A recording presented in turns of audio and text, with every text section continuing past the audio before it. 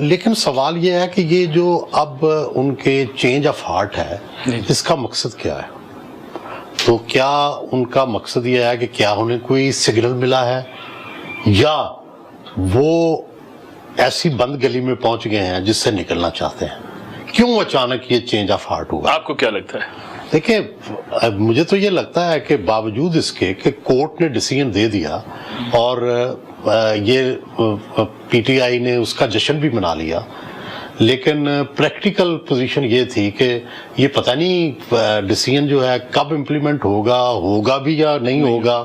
تو وہ جس پہ اتنا طاقت صرف کی گئی جس ڈیسیژن کے لینے کے لیے، جس پہ جشن منایا گیا، تو اس کی بھی امپلیمنٹیشن فورس تو پھر اسٹیبلشمنٹ ہے. تو پھر اس لیے اسٹیبلشمنٹ سے اگر آپ کا رابطہ نہیں ہے، اس سے لڑائی ہے، تو پھر آپ کو کہیں امپلیمنٹیشن بھی نہیں ملتی.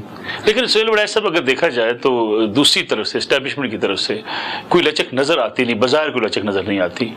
عمران خان صاحب 2 قدم آگے جانا چاہتے ہیں، اسٹیبلشمنٹ 2 قدم پیچھے ہٹنا چاہتی ہے، کوئی ایسا ماحول ہے؟ نہیں، ابھی تو کوئی ایسی صورت نظر نہیں آتی. اس کی وجہ یہ ہے کہ دیکھیں پرابلم کیوں ہو جاتا ہے، یہ سٹیل میٹ کیوں ہے.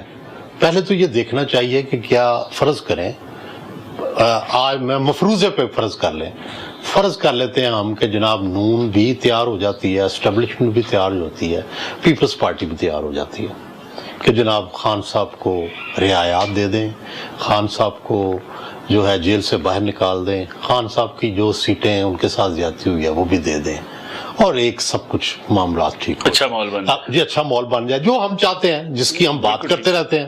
ہم صافی، ہم چونکہ آئیڈیلسٹ ہیں. اب دوسرا موقف سنیں، جنہوں نے یہ رعایت دینی ہے ان کا مستقبل کیا ہوگا؟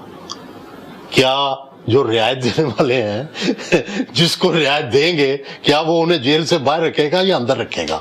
کیا وہ ان سے حساب لے گا یا نہیں لے گا؟ ٹھیک ہے، کیا وہ ریاست جو ہے اس کو اسی طرح چلائے گا بزداروں کے ذریعے اور محمد خانوں کے ذریعے، یا اس کو چینج ہو جائے گا؟ تو پہلی بنیادی بات یہ ہے کہ رعایت تو اس وقت ہوتی ہے جب دوسری طرف سے بھی یہ توقع ہو کہ یہ تبدیلی آئے گی. یعنی اسی لیے آپ سمجھتے ہیں خان صاحب کی رہائی سسٹم کی موت ہے؟ میں اسی لیے پرابلم یہ ہے کہ سارے اپنے اپنے خول میں بند ہو چکے ہیں، مورچوں میں بند ہو چکے ہیں. میں بڑے عرصے سے یہ کہہ رہا ہوں کہ کیوں یہ ڈیڈ لاک ہے. ڈیڈ لاک یہ ہے کہ لچک اگر ایک دکھاتا ہے تو وہ مرتا ہے. اس سچویشن کو چینج کرنے کی ضرورت ہے. لیکن اس سے نکلنا تو ہوگا نا سہیل وڑائچ میں وہی کہتا ہوں نا کہ کوئی بڑا قربانی دے دے کوئی بندہ جو دینی چاہیے. یعنی یا سسٹم کو قربانی دینی پڑے گی یا خان صاحب کو دینی پڑے گی. ایک بندے کو قربانی دینی پڑے گی، چاہے اس پہ عذاب آئے، چاہے اس پہ جو بھی مشکل آئے، لیکن وہ بڑا دل کر کے جو ہے وہ یہ لچک دکھائے. عمران خان صاحب کون سی قربانی دے سکتے ہیں؟ عمران خان صاحب تو یہی دے سکتے ہیں کہ وہ اپنا سٹانس چینج کریں. وہ اپنی آج تک جو کچھ کہتے رہے ہیں 9 مئی کے بارے میں، باقی جو چیزوں کے بارے میں، اپوزیشن کے بارے میں، وہ سب کو کرپٹ کہتے رہے ہیں. وہ تو سب کہتے رہے ہیں میں ان سے ہاتھ بھی نہیں ملاتا. وہ تو اس اسٹیبلشمنٹ کو بھی روز للکارتے رہے ہیں، گالیاں نکالتے رہے ہیں جیل سے.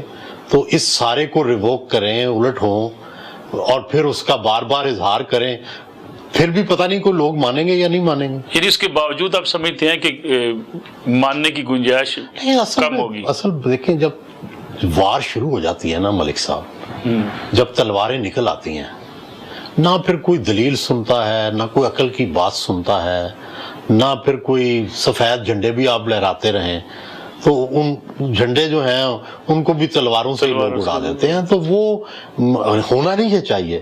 ہم تو اس کے خلاف ہیں. میں تو بار بار کہتا ہوں کہ مصالحت ہونی چاہیے، مفاہمت ہونی چاہیے. لیکن یہ سارا عرصہ ہم شور مچاتے رہے، کوئی بات ہی کرنے کو تیار نہیں ہے. نہ اسٹیبلشمنٹ اس پہ تیار ہے کہ لچک دکھائے، نہ عمران خان تیار ہیں، نہ نون والے تیار ہیں. چلو نون والوں کی تو مجبوری بھی سمجھ آتی ہے، پیپلز پارٹی کی بھی ہمیں یہ مجبوری سمجھ آتی ہے کہ اگر وہ اسٹیبلشمنٹ ان پہ سایہ اٹھ جائے تو وہ بیچارے کہاں کے رہیں گے. پھر ان کو عمران خان بھی مارے گا، اسٹیبلشمنٹ بھی مارے گی. تو وہ یہ خوف جو ہے ان کو اسٹیبلشمنٹ کے ساتھ اتحاد قائم رکھنے میں مدد دے گا. ٹھیک ہے، لیکن یہ جنگ جیتے گا کون وڑائچ صاحب؟ دیکھیں، جب جنگ شروع ہوتی ہے نا تو یہ بڑا مشکل ہوتا ہے یہ کہنا کہ کون جیتے گا، کیونکہ جنگ میں پھر بم بھی چلتے ہیں، میزائل بھی چلتے ہیں.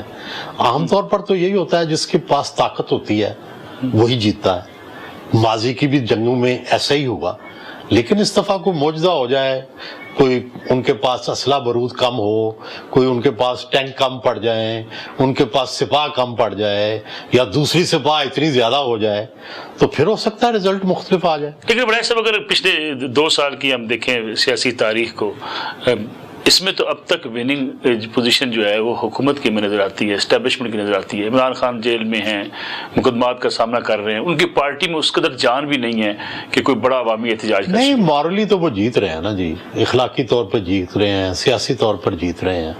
تو ہمارے ہاں چونکہ 2 طرح کے رویے ہیں نا، ایک رویہ یہ ہے کہ کیا مادی طور پر یا فزیکلی آپ جیت رہے ہیں؟ فزیکلی تو نہیں عمران خان جیت رہے۔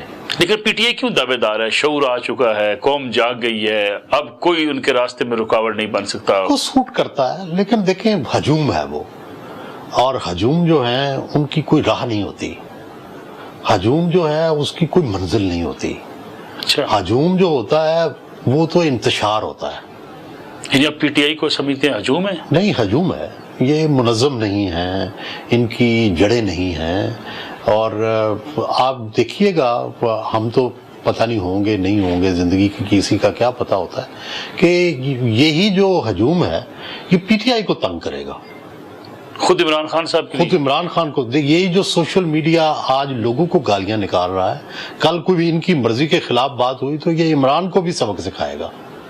آپ جو ہتھیار دوسروں کے لیے تیار کرتے ہیں نا، وہ ہتھیار آپ کے ہاتھوں میں بھی پھٹ جاتے ہیں۔ ہم نے دیکھا کہ افغانستان میں ہم یہاں سے ہتھیار تیار کر کے بھیجتے رہے، اور پھر وہ جو ڈھوک والا تھا، ڈھوک کھبا والا، وہ پھر اسلام آباد پہ ہی چل گیا، اور آج تک ہمیں اس کا سامنا ہے۔ تو یہ جو آپ دوسروں کے لیے کرتے ہیں، تو یہ اس طرح کا جو ہجوم ہے اس کی کوئی منزل نہیں ہے کہ فرض کریں کن ویلیوز کے اوپر وہ یقین رکھتے ہیں۔ یہ دیکھنا ہے نا کہ ان کی شعوری تربیت کیا ڈیموکریٹک ہے، کیا ان کی شعوری تربیت جو ہے وہ اسلامک ہے، کیا ان کی شعوری تربیت لیفٹ کی ہے، کیا وہ کون سا نظام چاہتے ہیں، ان کی کیا جو ہے۔ اس وقت تو وہ صرف مقتدرہ کے خلاف بات کر رہے ہیں اور عمران کے حق میں بات کر رہے ہیں، لیکن کل عمران نے کوئی ان کی مرضی کے خلاف جا کے مقتدرہ سے ڈیل کر لی، ان کے ساتھ بیٹھ گئے، پھر یہ کہاں جائیں گے جو آج مقتدرہ کو ہر چیز برائی کا ذمہ دار ٹھہرا رہے ہیں۔ لیکن کیا یہ پاپولر نعرہ ہے مقتدرہ کو برا بھلا کہنا، اسٹیبلشمنٹ کو ان کو چیلنج کرنا، اس سے پاپولیرٹی تو ملتی ہے؟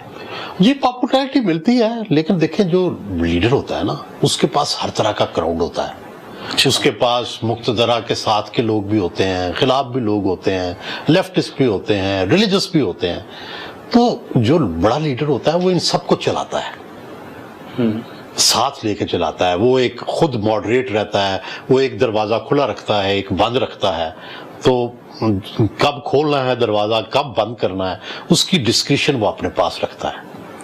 بدقسمتی یہ ہو گئی ہوئی ہے کہ مجھے یہ لگتا ہے کہ ہم سب اب مختلف ہجوموں کے ہاتھوں محصور ہو چکے ہیں، یرغمالی بن چکے ہیں، اپنے اپنے ہجوم کے، سیاسی جماعتیں بھی، کہ کوئی ان کے وہ جو مفاداتی گروہ ہیں انہوں نے ہمیں یرغمال بنایا ہوا ہے، کوئی لچک دکھانے کو تیار ہی نہیں ہے۔ نون کو پتا ہے ہم نے لچک دکھائی، سیاست بھی تباہ، مادی طور پر بھی شکست، ٹھیک ہے، اور پھر مشکلات بھی سامنے ہوں گی آگے کو۔ پیپلز پارٹی کو پتا ہے ہماری سندھ حکومت بھی جاتی ہے، ہم کوئی اخلاقی سٹینڈ لے لیں تو ہمارے جو کانسٹیٹیوشنل ہم نے عہدے لیے ہوئے ہیں وہ بھی جاتے ہیں، اور ہماری سیاست بھی آگے پتہ نہیں پی ٹی آئی ہاتھ ملائے گی کہ نہیں، پی ٹی آئی تو ملا ہی نہیں رہی ہاتھ۔ تو یہ بند گلی ہے ہر طرف، آپ کسی کی بھی پوزیشن دیکھ رہے ہیں۔ عمران کا بھی یہی حال ہے، عمران یہ سمجھتا ہے کہ میں نے جا کے ہاتھ ملا لیا ان پارٹیوں سے، میں نے جا کے اسٹیبلشمنٹ سے صلح کر لی تو ہو سکتا ہے میرے پیچھے جو ہجوم لگا ہوا ہے وہی مجھے چھوڑ جائے۔ لیکن محمود خان اچکزئی اور مولانا فضل الرحمان کے ساتھ ہاتھ ملانا کیا ان کی پارٹی نے قبول نہیں کر لیا؟ نہیں، وہ دیکھیں ہوتا یہ ہے کہ میجورٹی تو قبول کر لے گی، اور محمود خان اچکزئی والی آپشن ہے بھی بہتر، لیکن پی ٹی آئی اور بانی پی ٹی آئی پوری طرح شاید کنوینسڈ نہیں ہے، انہیں ابھی تک کوئی اختیار نہیں ملا، ابھی تک انہوں نے کسی لیڈر سے ملاقات نہیں کی، کوئی بڑی میٹنگ نہیں ہو سکی، تو اس کا مطلب ہے کہ ڈیفیکلٹیز تو ہیں نا، کیونکہ یہ محمود خان اچکزئی صاحب تو چاہتے تھے وہ نواز شریف سے بھی ملیں، وہ آصف زرداری سے بھی ملیں، لیکن ابھی تک کوئی پیش رفت نہیں ہوئی۔ خان صاحب کی طرف سے یہ پابندی ہو سکتی ہے؟ میرا خیال ہے کہ انہیں مینڈیٹ ہی نہیں ملا. اگر وہ مینڈیٹ ملے تو جا کے بات کریں نا. لیکن سہیل وڑائے صاحب اگر دیکھا جائے جتنا کچھ برا بھلا مولانا فضل الرحمان کو پی ٹی آئی نے کہا اور مولانا فضل الرحمان نے جو عمران خان صاحب کے بارے میں کہا شاید ایسے الفاظ دہرائے جانے کے قابل بھی نہیں ہیں، لیکن اس کے باوجود ہم نے دیکھا جب بات چیت کا عمل شروع ہوا، مولانا فضل الرحمان سے ملاقاتیں شروع ہوئی تو پی ٹی آئی کی وہی لیڈرشپ جو کہتی تھی کبھی ہاتھ نہیں ملانا چاہیے وہی تعریفوں میں لگ گئی. وہ دیکھیں نا کراؤڈ ہے نا، وہ یاد نہیں ہے آپ کو کہ خضر حیات ٹیوانا چیف منسٹر تھے پنجاب کے، اس وقت چیف منسٹر نہیں کہتے تھے، پرائم منسٹر کہتے تھے پنجاب. تو وہ پہلے یونینسٹ پارٹی کے تھے تو ان کی صلح ہو گئی مسلم لیگ کے ساتھ، تو جو نعرے ہجوم لگا رہا تھا خضر ٹیوانا ٹھا ٹھا ہاں جی ہاں ہاں، تو اس نے کہنے لگا خضر حیات ٹیوانا تو ساڈا پائیے. ٹھیک ہے، تو یہ کراؤڈ کی نفسیات ہی یہ ہے. سہیل وڑائے صاحب باتیں تو بڑی امپارٹنٹ ہیں لیکن مجبوری ہے ایک کمرشل بریک لینی ہے، واپس آتے ہیں اس کمرشل بریک کے بعد.